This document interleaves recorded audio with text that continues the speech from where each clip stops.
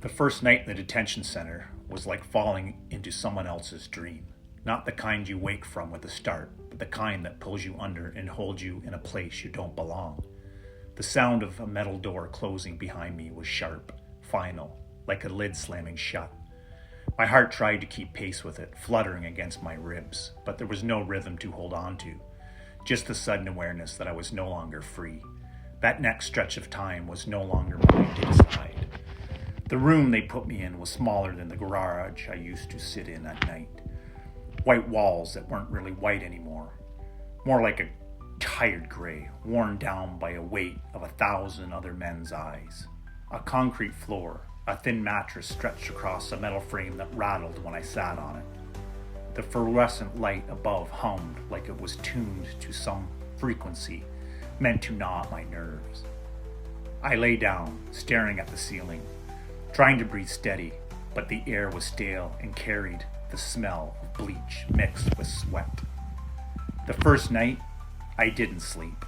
I drifted in and out of half dreams, déjà vu, folding into jamais vu, everything both familiar and foreign. I'd close my eyes and be back in my own house, hearing the muffled sound of my kids laughing upstairs, and then I'd snap awake to the sound of someone coughing down the hall.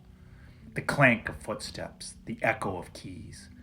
My mind kept telling me I shouldn't be here, that this wasn't me, that this was all some sort of mix-up.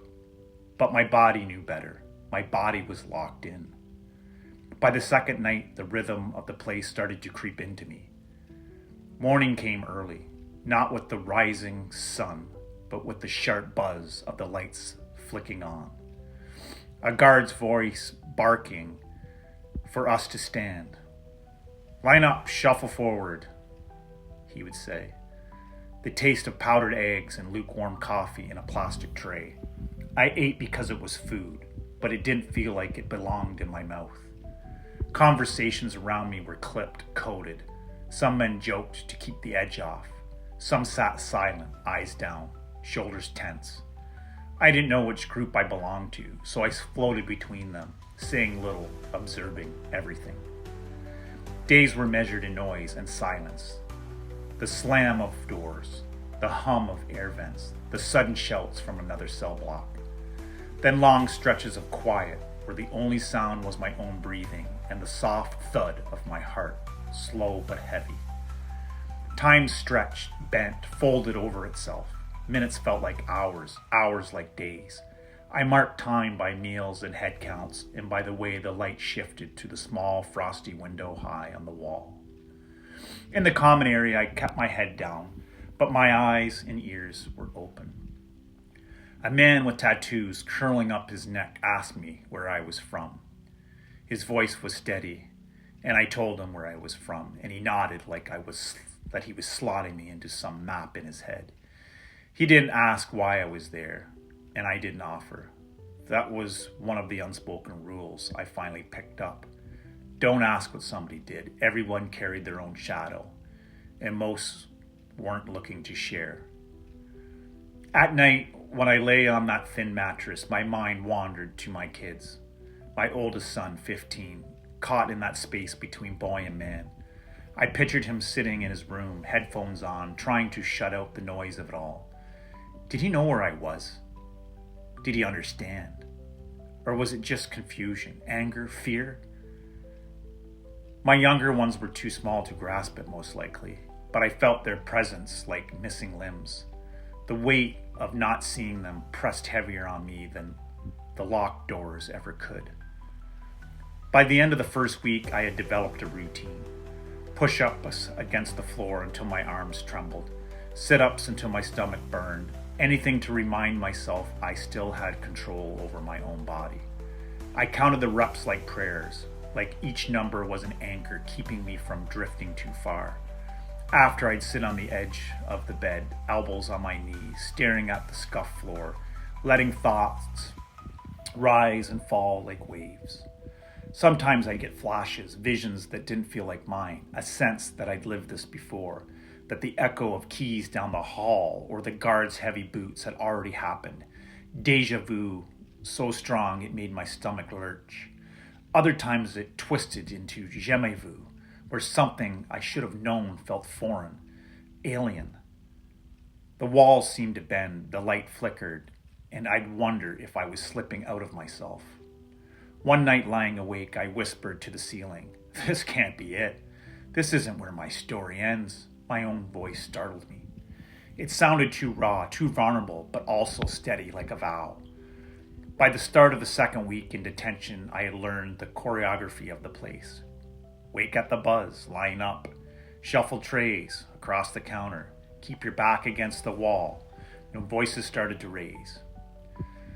This wasn't marked by clocks, it was marked by sounds, the buzz of the lights in the morning, the scrape of the metal trays at noon, the distant clank of a cell door slamming at night, and then the lights off. The men around me had their own rhythms too. Some paced like caged animals, burning energy they couldn't contain. Others sank deeper into themselves, hardly moving, as if going still would make time pass faster. I sat somewhere between the two. I wasn't looking for fights, but I wasn't ready to disappear either. One guy, broad-shouldered, with tired eyes, slid into the chair across from me in the common room one afternoon. "First time?" he asked with a low voice. I nodded. "You'll get used to it." "I don't want to get used to it." He gave me a smile, like he'd heard that before. None of us did. Then he leaned back, closing his eyes. Conversation over. That's how it went. Moments of connection, then silence. No one pressed too hard. Everyone carried their own weight. And the unspoken rule was not to make it heavier for someone else. The hardest part wasn't the food, or the boredom, or even the noise. The hardest part was the waiting. Waiting for a court date. Waiting for news. Waiting for a visitor.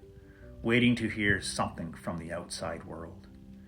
Every knock on the door, every call of my name sent a jolt through me, half hope, half dread.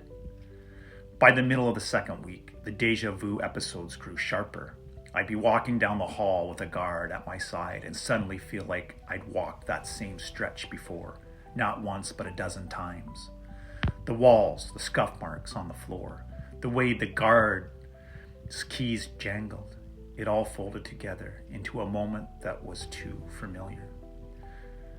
But then it would tilt, twist, become distorted. Jamais vu, something I knew suddenly became strange and foreign. One night, lying on that thin mattress, I whispered to myself, "This is like living in a broken loop." My own words echoed in my head, circling. Was I losing it? Or was something in me trying to break through? The guards didn't care. They weren't cruel, just indifferent. They had their job. Move us from A to B, count us, hand out trays, lock us down, become another number in a lineup, another face behind the glass. The second Sunday came and went. I thought about my kids more than anything else. My oldest, 15, caught between wanting to be a man and still needing his dad. Did he hate me for not being there? My younger two, their faces still soft with childhood. Did they even know what was happening? Or were the people around them sugarcoating it, saying, "Dad's away for a while," like I was on some extended shift at work? The not knowing gnawed at me. Week 3 was when my lawyer came. His suit looked too clean, too pressed for the dull gray of the visiting room. He had papers in his hand, eyes sharp. He started with the questions lawyers ask, facts, timelines, details. But then he paused, studying me like he was trying to solve some sort of riddle. "Some of my colleagues," he said, adjusting his glasses, "they think what happened, that you did it on purpose." The words hit me like a punch to the stomach. On purpose? They don't understand. They can't wrap their heads around it. The behavior, the state you were in, they think you were aware. "I wasn't," I said, voice cracking. "I wasn't there the way you think. I didn't choose it." He tapped his papers, still studying me. That's what I needed to hear. Because if I'm going to stand in front of a judge, I need to know. Truth doesn't always matter in court, but belief does. And I believe you. It was the first time since being locked in that someone outside these walls looked at me and saw more than the charges. He saw a person caught in something larger, something even I couldn't explain. My mom visited not too long after. Seeing her through the glass, my ear pressed to her ear against it, broke something open in me. She was older than I remembered, lines deeper, hair grayer, but her eyes were steady. "I know you didn't mean this," she said. Tears burned at the corners of my eyes. "You're the only one that believes that." "That's enough for now," she said softly. "One person who believes can be enough to get you through." When she left, I pressed my forehead against the glass long after she was gone, trying to hold on to that sliver of belief. Then in early March, they told me I was being released. The guard at the door just said, "Pack up your things," as if I had much. A couple of folded clothes, a toothbrush, a plastic cup. That all came from the detention center. My heart raced, not with joy, but with disbelief. I'd been in long enough that I started to think maybe I'd stay there forever. Walking out was surreal. The air outside hit different, colder, sharper, alive. The sky stretched wide, unfiltered by frosted windows of bars. For a moment, I just stood there, breathing it in, like I'd been underwater for weeks and finally broke the surface. My mom was waiting in the car. She hugged me, held on longer than I expected. "Let's go," she whispered. At her house, my oldest son was waiting, 15 years old, eyes red, trying to be strong. When he saw me, he broke, tears spilling down his face. "Dad," he said, voice small. I pulled him into my arms, holding him tight, my own tears falling. "I'm here," I whispered. "I'm here now." But even as I said it, I knew being here wasn't enough. Something in me had shifted in those weeks, the seizures, the déjà vu, the sense that reality had cracked and shown me another layer. I couldn't explain it, not to him, not even to myself, but I knew I wasn't the same man who walked in. The night lying in the real bed, for the first time in weeks, I stared at the ceiling and thought, freedom doesn't feel like freedom when you're still carrying the walls inside you. Freedom didn't feel like freedom, not really. The first night out, I lay in a bed that was too soft, sheets too clean, and I felt almost more exposed than I had in detention. Inside, the walls had pressed in on me until I thought they would crush me. Out here, the walls had disappeared, and it felt like I might fall off the edge of the earth. The lawyer kept calling. His voice always had that clipped urgency, like a man chasing time. He reminded me over and over that this wasn't over, that what happened still had to be explained, defended, put under a microscope in court. His words carried weight because he wasn't just talking about laws, he was talking about me.